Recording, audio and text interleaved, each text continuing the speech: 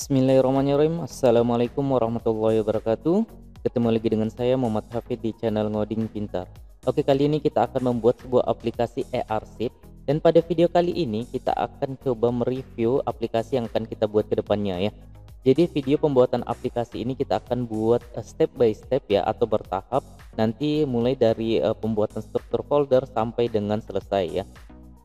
Di mana aplikasi yang akan kita bangun ini menggunakan sistem modulasi ya. Nah, nanti akan kita coba kerjakan bagaimana caranya membuat sebuah project menggunakan sistem modulasi. Artinya kita akan coba memisahkan antara header, konten dan footernya ya. Jadi itu disebut sebagai sistem modulasi.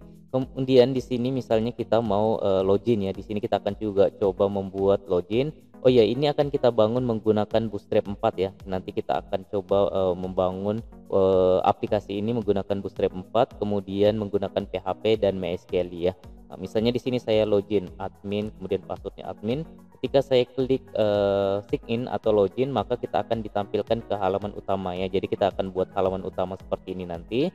Nah, di sini ada tombol logout ya. Di sini ada pemberitahuan selamat datang admin, kemudian di sini keterangan aplikasi kita. Misalnya e-arsip adalah program yang akan memudahkan Anda dalam mengarsip surat, dan program ini akan berkembang lagi, misalnya seperti itu. Kemudian di sini ada Anda dapat menggunakan menu-menu yang ada di atas. Terima kasih ya. Nah, jadi kita bisa menggunakan ada 3 menu yang akan kita buat ke depannya. Yang pertama adalah data departemen ya. Jadi nanti di sini kita akan kelola atau manajemen data departemen. Misalnya departemen kita ada server, kemudian akademik, keuangan, LPPM dan seterusnya ya. Nah, misalnya ini kita gunakan di kampus. Nah, kemudian yang kedua ada data pengirim surat ya. Nah, misalnya di sini pengirim surat yang sering mengantarkan surat ke kampus itu atau ke kantor kita dari mana aja. Misalnya dari Gramedia, kemudian alamatnya di mana, nomor HP-nya berapa, kemudian emailnya itu apa. Terus misalnya Pemkot, kemudian alamatnya di mana, emailnya juga apa. Nah, nanti di sini kita bisa memanajemen data pengirim surat ya. Lalu yang terakhir kita akan buat data arsip surat ya. Jadi ini inti dari aplikasi kita. Nah, nanti data departemen dan data pengirim surat ini kita jadikan sebagai master ya. Nah, jadi nanti di sini datanya akan kita panggil. Nah, ini untuk menu data arsip surat ya. Nanti tampilannya akan seperti ini. Di sini ada data arsip surat ya. Nah, jadi di sini kita buat berbeda. Di sini kan kita tampilkan form kemudian datanya ya. Sedangkan untuk data arsip surat itu kita akan buat seperti ini. Kenapa? Karena misalnya data arsip surat kita sudah banyak ya. Jadi untuk kita buat seperti ini tuh tidak maksimal ya, tidak bagus untuk dilihat. Nah, jadi kalau kita buat seperti ini lebih rapi. Nah, gimana caranya kalau kita mau menambahkan data? Kalau kita mau menambahkan data, kita tinggal klik tambah data ini ya. Kemudian di sini ada keterangan nomor surat. Nah, nomor surat misalnya 2020, kemudian garing misalnya seperti ini, kemudian 001, anggaplah seperti itu ya. Kemudian tanggal surat kapan, misalnya tanggal surat ini dibuatnya pada tanggal 8, kemudian tanggal diterimanya itu misalnya hari ini hari Rabu ya. Kemudian perihalnya apa, misalnya perihalnya itu undangan ya, undangan buka bersama seperti itu, anggaplah ya. Kemudian departemen yang dituju kemana, misalnya ke LPPM ya, misalnya LPPM. Kemudian pengirim suratnya itu dari mana, misalnya Pemkot Tarakan.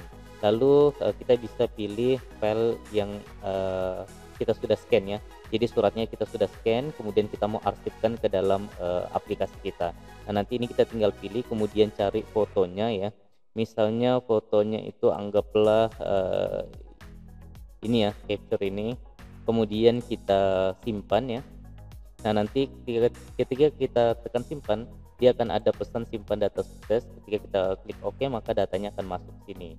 Nah, ini adalah surat yang sudah kita arsip tadi ya. Nomor suratnya sekian, tanggal suratnya itu tanggal 7, kemudian diterima tanggal 9, perihalnya undangan halal bihalal, kemudian LPPM. Oh iya, sorry, ini yang kedua ya, yang kita buka tadi ya, yang kita buat tadi undangan buka bersama. Nah, di sini ketika kita klik lihat file, misalnya kita mau lihat ini filenya di mana nih, atau suratnya itu seperti apa. Kita klik maka dia akan seperti itu ya. Nah, misalnya di sini kita mau edit, kita bisa edit, kemudian kita juga bisa menghapusnya ya. Nah, ketika kita mau hapus, maka di sini ada pemberitahuan ya.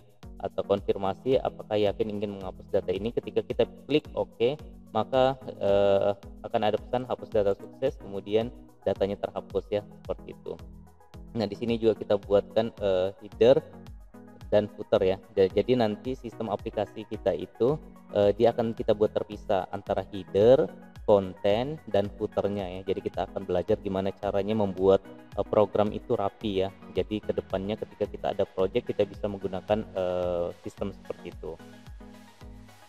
Kemudian yang terakhir ketika kita klik arsip ini, di sini kita ditampilkan tombol logout ya. Misalnya kita mau keluar dari aplikasi ini, ketika kita klik logout maka kita akan berhasil atau akan ada pesan Anda telah keluar dari halaman administrator. Ketika kita klik OK, maka kita akan ditampilkan kolom login kembali ya.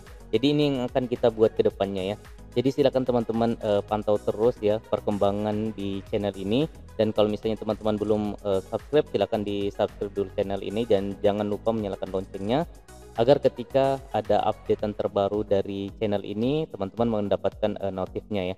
Oke, jadi mungkin cukup sekian video kita kali ini, semoga jelas. Sampai ketemu di video berikutnya. Salam ngopi.